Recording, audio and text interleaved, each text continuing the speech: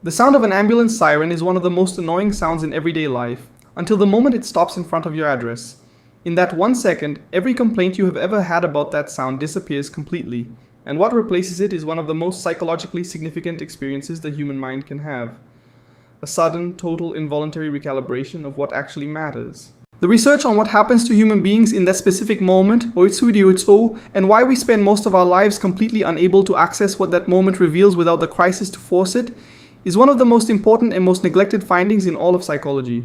And the mechanism that explains why we need the ambulance to stop before we wake up starts with something almost no one has ever explained clearly. By the end of this video, you will understand the documented science of perspective shift.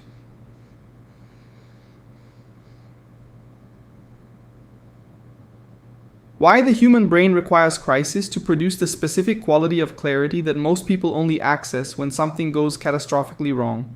What the research has found about people who develop that clarity without the catastrophe, and the specific evidence-based practices that make the ambulance's lesson permanently available rather than crisis-dependent. Let's begin precisely where the title begins, with the specific neurological event that occurs in the moment the ambulance stops at your gate. You have been living in your ordinary psychological state. The ambulance sound was irritating. You were probably thinking about something else, plus the day's tasks, a conversation from earlier, something you need to do later.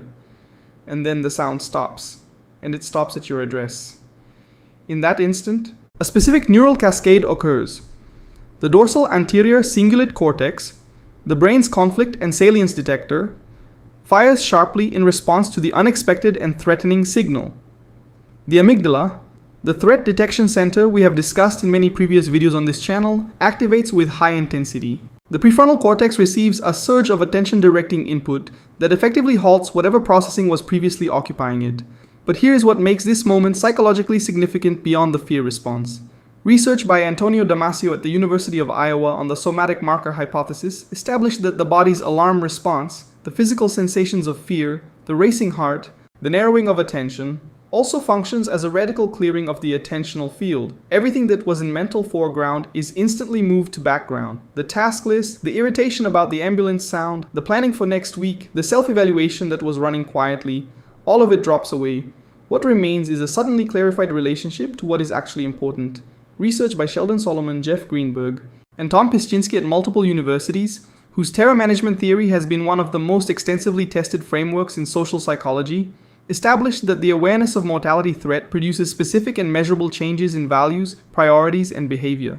When people are made consciously aware of their own mortality, or the mortality of someone they love, their stated values shift reliably toward what they describe as genuinely important.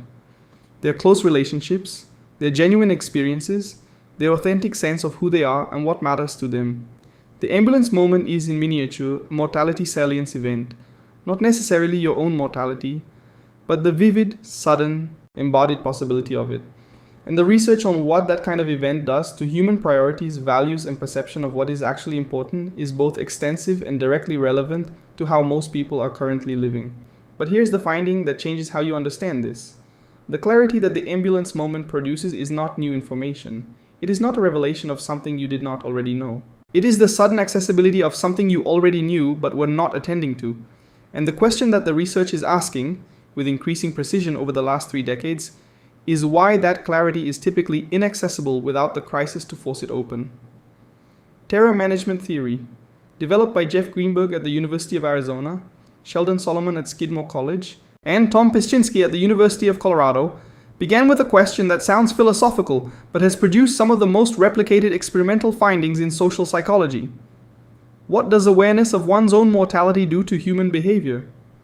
The theory, drawing on the work of Ernest Becker and his book The Denial of Death, proposed that much of human cultural behavior, the pursuit of meaning, the construction of worldviews, the desire for legacy and significance, is substantially organized around the management of the terror that genuine awareness of mortality produces, and that most of the time that terror is managed not by confronting it directly, but by the construction of buffers, beliefs about significance, narratives about meaning, cultural frameworks that place the individual within a story larger than their biological life. The experimental paradigm that tested this theory, the mortality salience induction, is straightforward.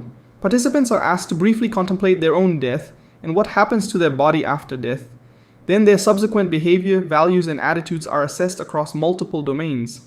The findings have been replicated in over 500 studies across dozens of countries and cultures, and the findings are specific. In the immediate aftermath of mortality salience, people show increased attachment to their close relationships, increased endorsement of their genuinely held values, increased appreciation for what they have rather than what they lack, and increased engagement with what they describe as meaningful rather than merely pleasurable or status-conferring.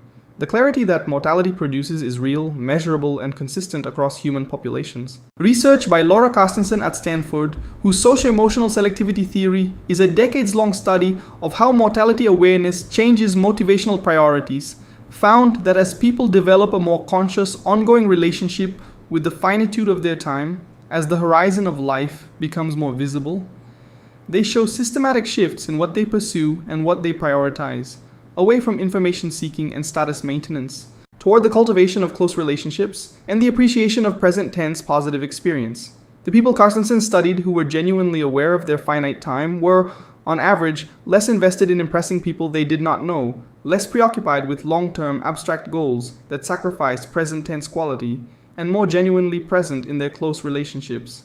They had, in a very specific sense, developed the ambulance clarity as an ongoing feature of their relationship with time, rather than a crisis-induced flash of perspective. The ambulance at your gate forces this clarity. The question is what produces it without the ambulance. And to understand that, you need to understand the specific mechanism that makes ordinary life so effective at preventing it. Research on how people manage the awareness of mortality. Specifically, the research on what psychologist Sheldon Solomon calls death anxiety buffering has identified the primary mechanism that keeps the ambulance's clarity inaccessible under ordinary conditions. The mechanism is busyness, not laziness, not distraction in the simple sense.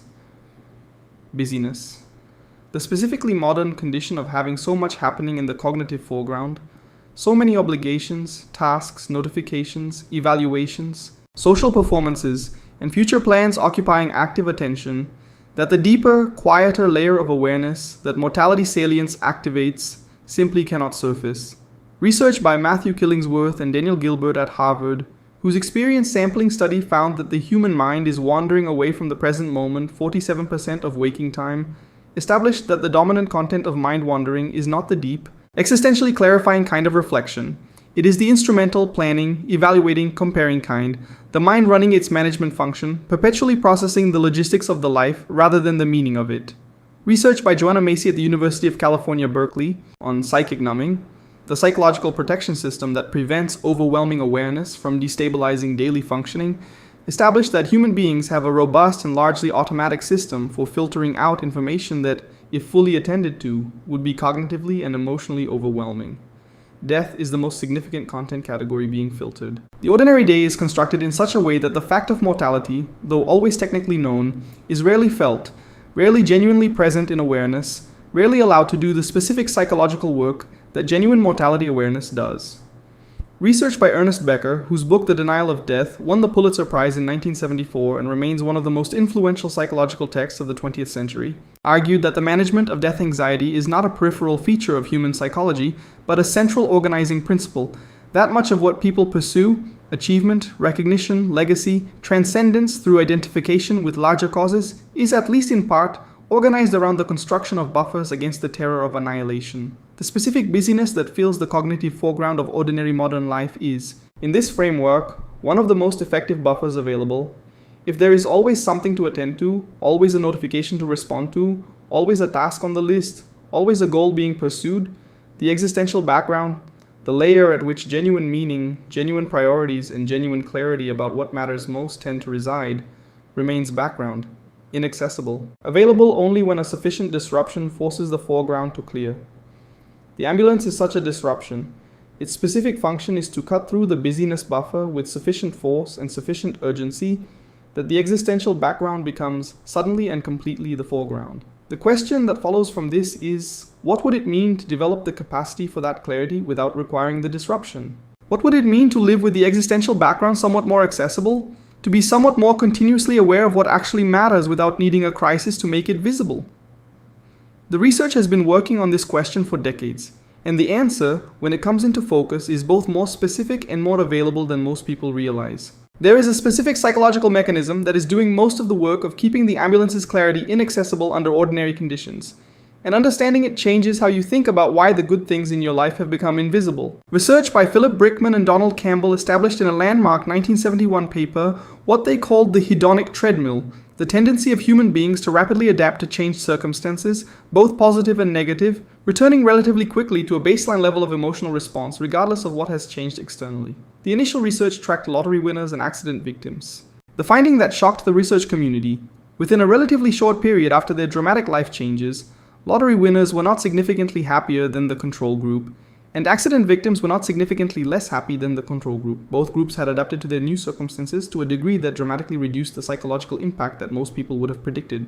This finding has been replicated and refined across dozens of domains by Sonia Lubomirsky at the University of California, Riverside, and by psychologist Daniel Gilbert at Harvard, whose popular synthesis Stumbling on Happiness brought the research to a general audience. The research consistently finds that human beings are significantly worse at predicting how much they will care about future positive and negative events than they believe, because they consistently fail to account for the power of adaptation.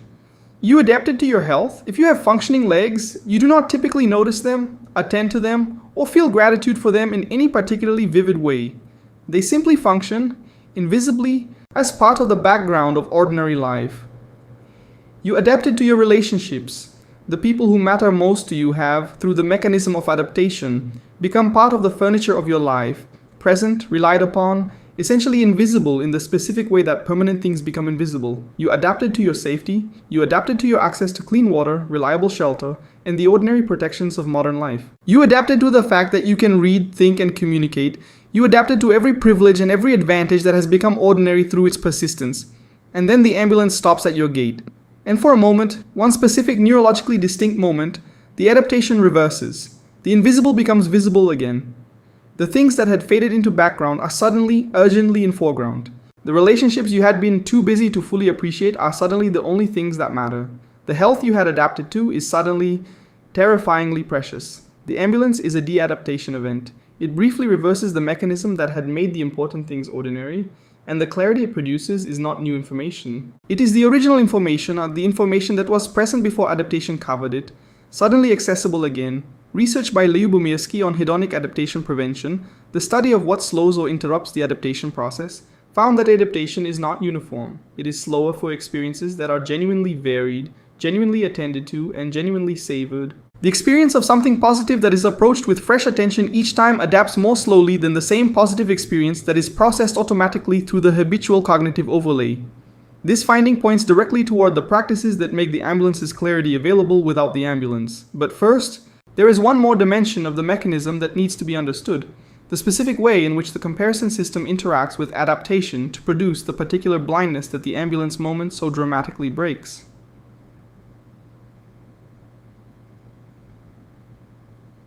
Research by Amos Tversky and Daniel Kahneman on reference-dependent evaluation,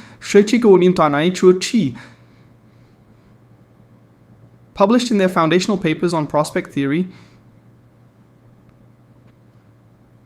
established that human beings do not evaluate their circumstances in absolute terms. They evaluate them relative to a reference point. And the reference point that most powerfully influences moment-to-moment well-being is almost never the realistic alternative, the genuine comparison between what you have and what you would have without it, but the aspirational alternative, the imagined version of what could be better. This is why adaptation and the comparison trap work together to produce the ambulance's specific lesson. Adaptation makes the good things ordinary.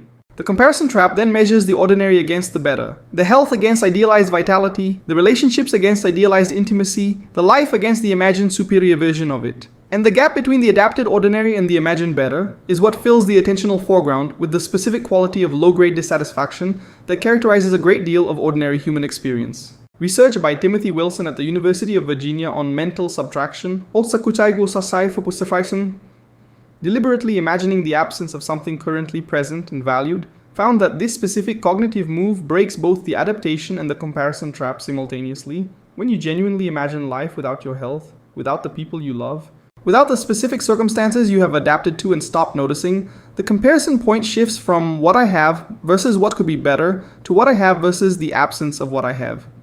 And that comparison, unlike the default comparison, consistently favors the present with a force that is genuinely felt rather than merely endorsed. Mental subtraction is, in essence, a voluntary version of the ambulance moment. It is the deliberate, imagined version of the perspective shift that the real ambulance forces. And research by Jordi Koitbach at the University of Zurich found that people who practice mental subtraction, who briefly imagine the non-occurrence of positive events and circumstances in their lives, show measurably increased appreciation for those circumstances compared to people who simply reflect on the positive events directly. The ambulance does mental subtraction involuntarily. It makes the absence of safety and health and the security of ordinary life suddenly, viscerally real. And in that brief experience of the absence, the ordinary suddenly becomes precious again. But the ambulance's lesson fades, the adaptation reasserts itself, the comparison trap re-engages, and within days or weeks, the clarity that the crisis produced has been largely recovered by the same mechanism that prevented it before. The invisible has become invisible again. Research by Lubomirsky found that positive changes in circumstances, including the positive change of having survived a scare, adapt at approximately the same rate as other positive circumstances, absent the specific practices that slow adaptation. The lesson of the ambulance is, neurologically, a temporary recalibration. To make it permanent requires something that the crisis itself does not provide. We are now at the point in this conversation where the research begins to describe what that something actually is, and it turns out to be both more specific and more immediately accessible than most people expect. The research on gratitude, one of the most extensively studied topics in positive psychology over the last 25 years, has produced a body of findings that, when examined through the lens of the ambulance moment, reveals something specific and important. Gratitude in the research literature is not simply the pleasant feeling of appreciation, it is a specific cognitive process. The deliberate direction of attention toward what is positively present in one's circumstances, combined with the recognition of the source of that positive presence. Research by Robert Emmons at the University of California, Davis, and Michael McCulloch at the University of Miami on the psychological effects of gratitude found that people who regularly engage in deliberate grateful attention to their circumstances show measurably higher positive affect, better sleep quality, more prosocial behavior, and lower rates of depression and anxiety compared to control groups. But the more specific finding, the one that connects gratitude directly to the ambulance moment, comes from research on the specific mechanism through which gratitude produces these effects. Research by Emmons and colleagues found that the primary mechanism is attentional. Gratitude works by directing attention toward the positive dimensions of current circumstances in a way that counteracts both adaptation, by making the adapted to positive things visible again, and the comparison trap, by shifting the reference point from what could be better to what is genuinely present and genuinely good. Gratitude is voluntary mental subtraction. It is the deliberate choice to attend to what is present rather than what is absent, and in so doing, to briefly but genuinely recover the freshness of perception that adaptation has covered. Research by Martin Seligman at the University of Pennsylvania on positive psychology interventions found that the 3 good things practice, writing down 3 specific positive things that occurred each day, with attention to why they occurred and what they mean, produced the largest and most lasting improvements in well-being of all the interventions he tested. And the effect was not immediate. It accumulated over time, suggesting that the regular practice of deliberate grateful attention was doing something cumulative to the attentional habits of the people who maintained it.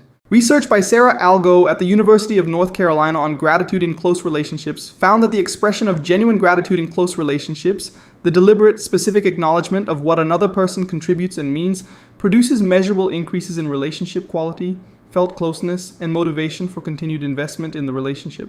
The gratitude is not merely an expression of appreciation. It is a relational act that makes visible and vivid the value of what is present, counteracting the specific form of relational adaptation that leads the people who matter most to become invisible furniture. The ambulance makes the value of what is present suddenly, urgently visible.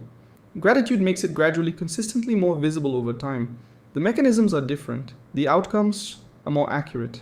More appreciative relationship with what is actually present in one's life is the same, but gratitude alone, important as it is not the complete answer. Because the ambulance moment is not only about appreciation, it is about something deeper, a specific shift in the hierarchy of what matters, a reordering of priorities that the ordinary day systematically prevents. Here is the finding that this entire video has been building toward. And it is important enough that I want to say it with full precision before we move to the practices. When the ambulance stops at your gate, it does not give you new information about what matters. It removes the attentional overlay that was covering information you already had. The things that become suddenly precious, the relationships, the health, the ordinary safety of an ordinary day, were always precious. You knew this, in some intellectual sense, before the ambulance arrived, but the knowing was not felt.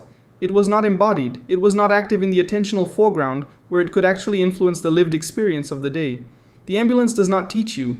It strips away the buffer between you and what you already know. Research by Jonathan Haidt at New York University on moral emotions and their relationship to values found that human beings hold two kinds of values: stated values, the values they would report if asked what matters to them, and operative values, the values that actually organize their behavior, their attention, and their choices in the ordinary day.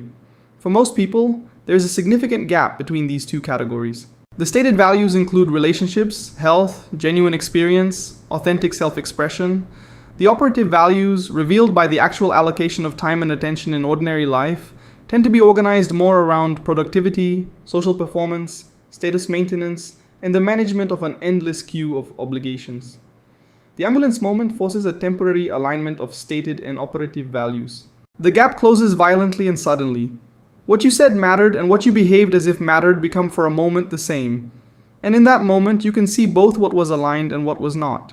Research by Bill Miller and Stephen Rolnick at the University of New Mexico on motivational interviewing, the therapeutic approach for facilitating genuine behavior change, found that the most powerful tool for motivating genuine change is not information, advice, or persuasion.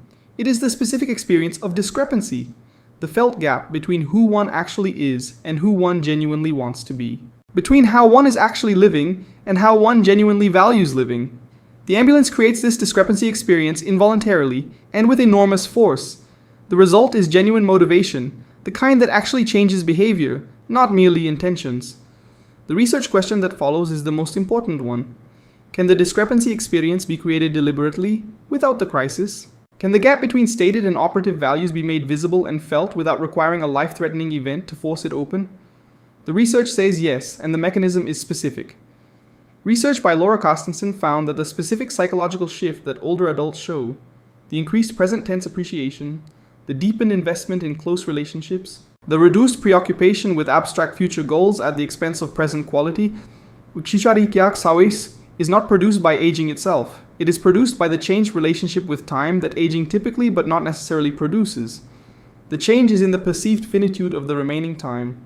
When people experience their time as genuinely limited, as something that is actually running out, regardless of whether this is due to age or to any other circumstance, their motivational system recalibrates in the specific ways that terror management theory and socio-emotional selectivity theory have documented.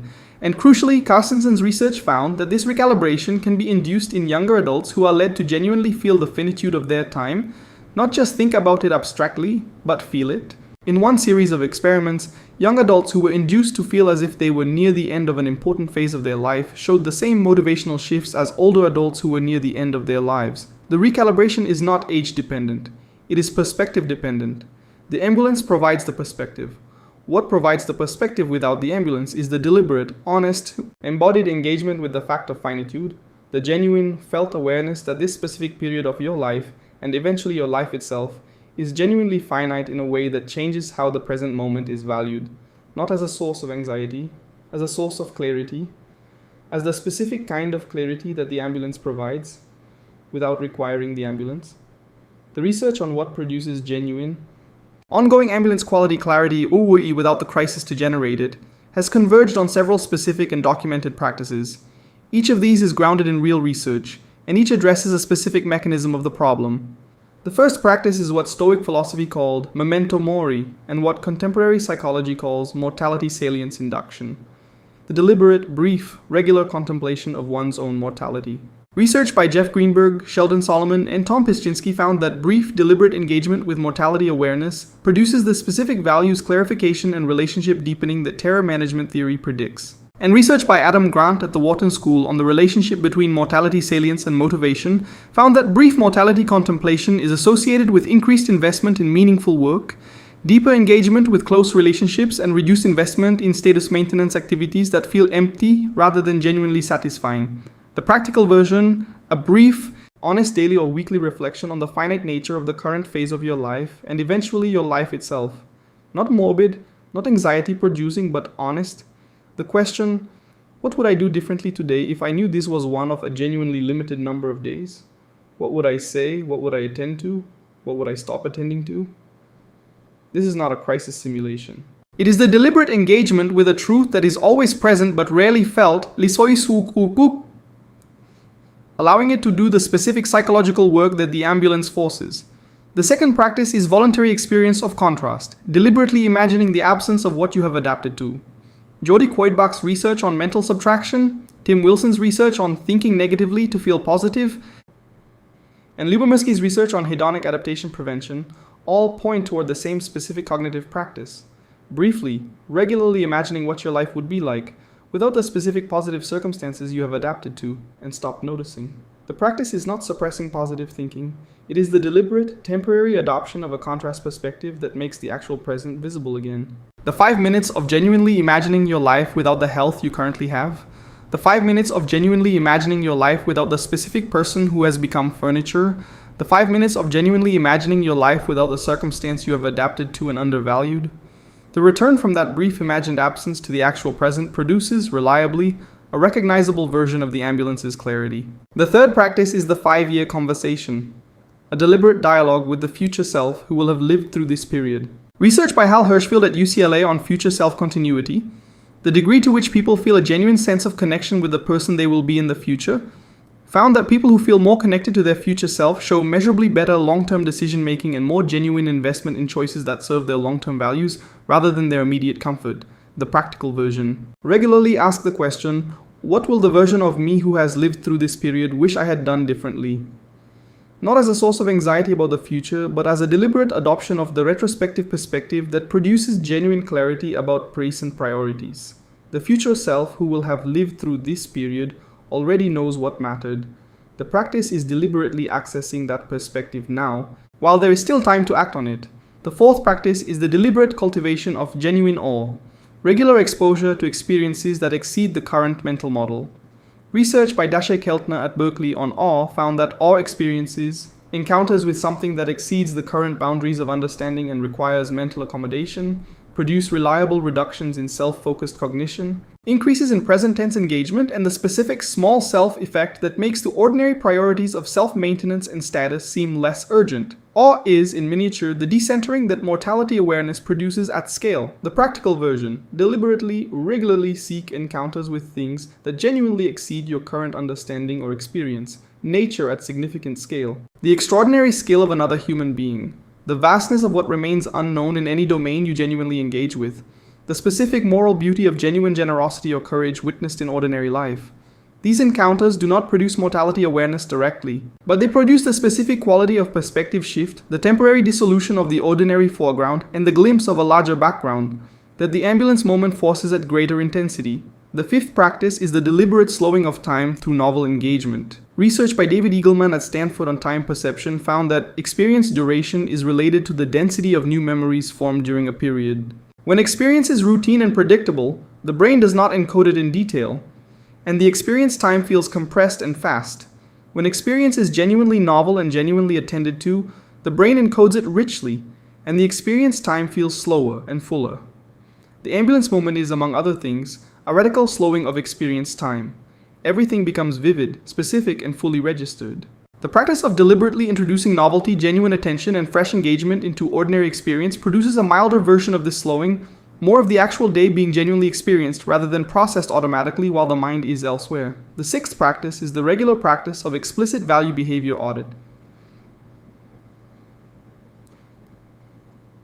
The deliberate examination of the gap between stated and operative values. Research by Bill Miller on motivational interviewing found that the discrepancy experience, the genuine felt awareness of the gap between who one values being and who one is actually being, is the most reliable generator of genuine behavior change. The ambulance forces this experience involuntarily. The deliberate audit produces it voluntarily. The practice, once per week, briefly examine the allocation of your actual time and attention across the previous week. Not what you intended to do, what you actually did, where your attention actually went, what you actually prioritized in the lived texture of the days. Then compare this honestly with the values you would state if asked what genuinely matters to you. The gap between the two is the information, and the information genuinely received produces a milder but real version of the ambulance's clarifying force. There is a specific and important dimension of the ambulance moment that we have not yet fully addressed, and it is the one that most people, in the hours and days after the crisis, identify as the most significant. The ambulance moment changes how you see the people around you. Research by the Harvard Study of Adult Development, the 80-year longitudinal study of human well-being, has found repeatedly and across generations, that the quality of close relationships is the single most powerful predictor of well-being across the lifespan. Not wealth, not professional achievement, not health behaviors, not education, the quality of close relationships. And the specific quality of relationship that the research identifies as most protective and most associated with flourishing is not simply warmth or affection. It is the specific experience of being genuinely known and genuinely valued by people who matter to you. Research by James Cone at the University of Virginia on social baseline theory established that the human nervous system is fundamentally calibrated to function within close social proximity, that the presence of trusted others reduces the energetic and threat processing cost of navigating the world in measurable neurological ways. Close relationships are not an addition to the optimal life. They are the environment within which the human nervous system was designed to operate. The ambulance moment makes this vivid. Suddenly, in the specific quality of fear that the crisis produces, the people who matter most become completely, overwhelmingly visible. Not as furniture, as the specific, irreplaceable, genuinely precious people they have always been. And the question that the research on mortality salience raises, the question that the ambulance moment forces, and that the ordinary day suppresses, is whether the people who matter most to you actually know that they matter, whether the relationships that are most valuable to you are receiving the specific quality of genuine, present, fully attentive engagement that their value merits, or whether they have adapted to the furniture status that close relationships tend to acquire through the mechanism of adaptation and the comparison trap. Research by John Gottman at the University of Washington on what he called bids for connection. The small, daily invitations for engagement and attunement that close relationships are made of found that the quality of attention given to these small bids is one of the strongest predictors of long-term relationship quality and durability. Couples who responded to each other's bids for connection the majority of the time showed dramatically different relationship trajectories than couples who missed or dismissed these bids. The quality of the small daily attentiveness was more predictive than the quality of the dramatic moments. The ambulance makes the dramatic moment. It makes the people in your life suddenly, urgently precious and visible. But the research on relationship quality says that it is the small daily attentiveness, the regular, genuine presence in the ordinary moments, that actually sustains and deepens the relationships whose value the ambulance makes visible. The ambulance's lesson about relationships is this: the people who would matter most to you in the crisis are the people who deserve your most genuine attention in the ordinary day. And the practices that develop genuinely present engagement in close relationships, the deliberate, frequent, specifically attentive quality of being actually with the people who matter, are the practices that make the ambulance's relational clarity permanently available. Let's return to the title's specific framing, because it contains an insight that the research has something precise to say about. The ambulance siren is annoying before it stops at your gate. This is not a moral failing. This is neurological inevitability. Research on negativity bias, the well-documented tendency of the human brain to weight negative stimuli more heavily than positive ones, established by Roy Baumeister and colleagues at Florida State University, found that bad events, bad emotions, and bad information consistently carry more psychological weight than equivalent positive events, emotions, and information. The brain is asymmetrically organized. Negative signals get preferential attentional processing, stronger encoding in memory, and more sustained cognitive engagement. The ambulance siren is a negative signal, noise, disruption, the suggestion of someone else's emergency. The negativity bias ensures that it is processed with priority. It occupies attentional foreground. It is noticed, remembered, and found annoying in a way that the absence of the siren, the quiet safety of an ordinary day, is not noticed at all. This is the fundamental asymmetry that the ambulance moment reveals. We notice the disturbance. We do not notice the undisturbed baseline. We notice the siren. We do not notice the silence that preceded it, and that will, if we are fortunate, follow it. Research by Paul Rosen at the University of Pennsylvania on the negativity dominance principle found that negative events, stimuli, and information exert a disproportionately powerful influence on evaluation, decision-making, and behavior compared to equally intense positive events. The research found that a single negative event or piece of information can outweigh multiple positive ones in its psychological impact, not because the negative is objectively more important, but because the brain has been calibrated through evolutionary history to weight threat signals more heavily than safety signals. We complain about the ambulance. We do not notice the thousands of hours of not needing an ambulance that form the basis of ordinary life. Research by Emmons on gratitude suggests that the specific corrective to negativity bias in the domain of appreciation is not the suppression of negative responses, which is both impossible and counterproductive, but the deliberate cultivation of attentional practices that make the positive baseline visible. Not by denying that the siren is annoying, by also, and with deliberate practiced effort, noticing the silence, the functioning legs, the relationships, the ordinary safety of the ordinary day.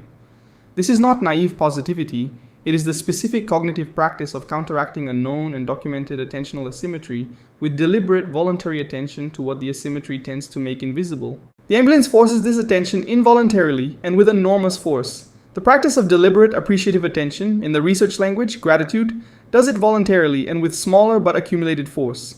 Over time, both the crisis-induced and the practice-induced versions move the attentional system toward a less asymmetric, more accurate, more genuinely present relationship with what is actually in one's life. There is a body of research, one we touched on in the pandemic video on this channel, that is directly relevant here.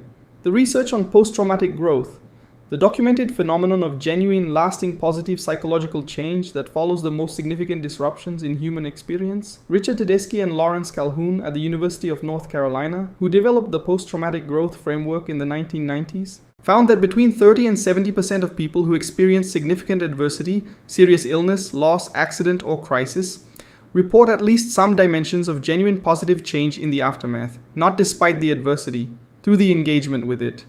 The positive changes Tedeschi and Calhoun documented include deeper and more genuine relationships, a clearer and more personally authentic sense of what matters, a greater appreciation for life and for ordinary experience, a stronger sense of personal strength and resilience, and what they describe as existential and spiritual deepening, a more conscious, more honest engagement with the fundamental questions of what it means to be alive and what a life worth living looks like. These are exactly the qualities that the ambulance moment briefly produces. And the research on post-traumatic growth asks, what distinguishes the people in whom these qualities persist from the people in whom they fade back to the pre-crisis baseline? The answer the research has found is specific.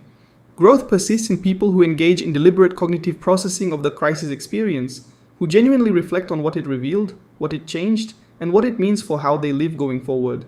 Who use the crisis not merely as a frightening event to survive and recover from, but as information about their values, their priorities, and the specific ways their ordinary life was misaligned with what genuinely matters to them. The people who keep the lesson are the people who choose to keep engaging with it. And the practices we have discussed, the mortality contemplation, the mental subtraction, the explicit value behavior audit, the deliberate cultivation of genuine presence in close relationships, are in essence the practices of choosing to continue engaging with what the crisis revealed, without requiring the crisis to remain present. The ambulance at your gate is, if you are fortunate enough to survive it without severe loss, a gift of terrible clarity. The question that the research on post-traumatic growth is asking is whether you will let that gift do its complete work, whether you will let the clarity become something more than a temporary recalibration, and instead make it the beginning of a genuinely different relationship with your ordinary life. Let's take the full view. Because the ambulance moment, in all its specificity, is pointing at something that the research has been documenting from multiple angles across multiple decades. The quality of a human life is substantially determined not by its circumstances, but by the quality of attention that is brought to those circumstances. The relationships that make life meaningful are not meaningful because they are new or dramatic or extreme. They are meaningful because they are genuinely attended to. The experiences that produce genuine satisfaction are not the exceptional ones, though those have their place. They are the ordinary ones that are received with enough presence and enough genuine engagement that their actual quality is available. The ambulance makes this clear in a moment.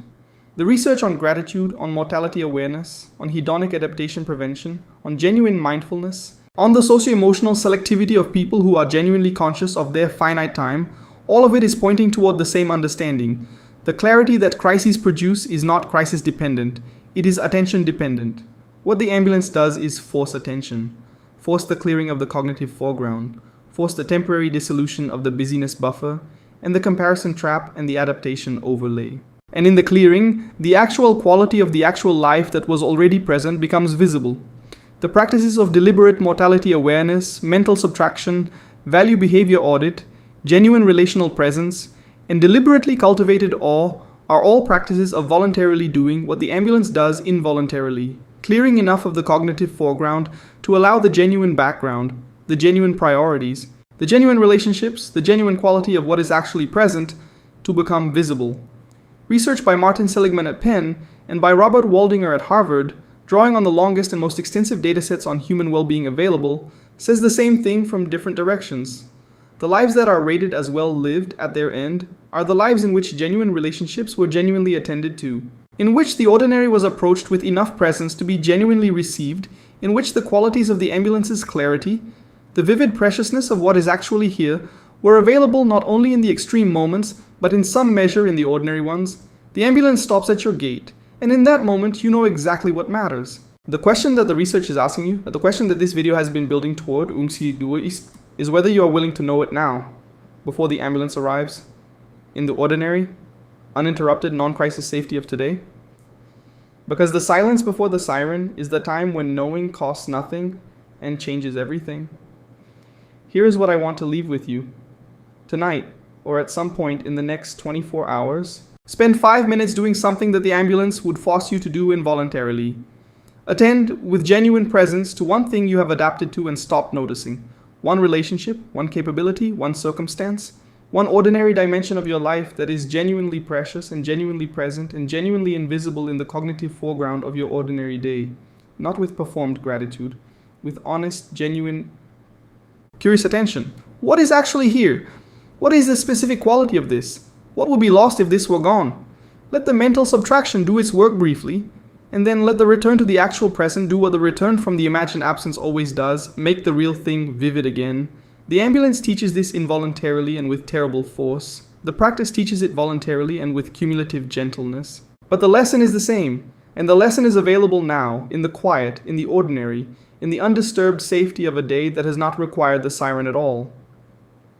If this kind of conversation, specific, research-grounded, and honest about what actually matters and how human beings inhabit their lives, is what you are looking for, this channel is built for exactly that.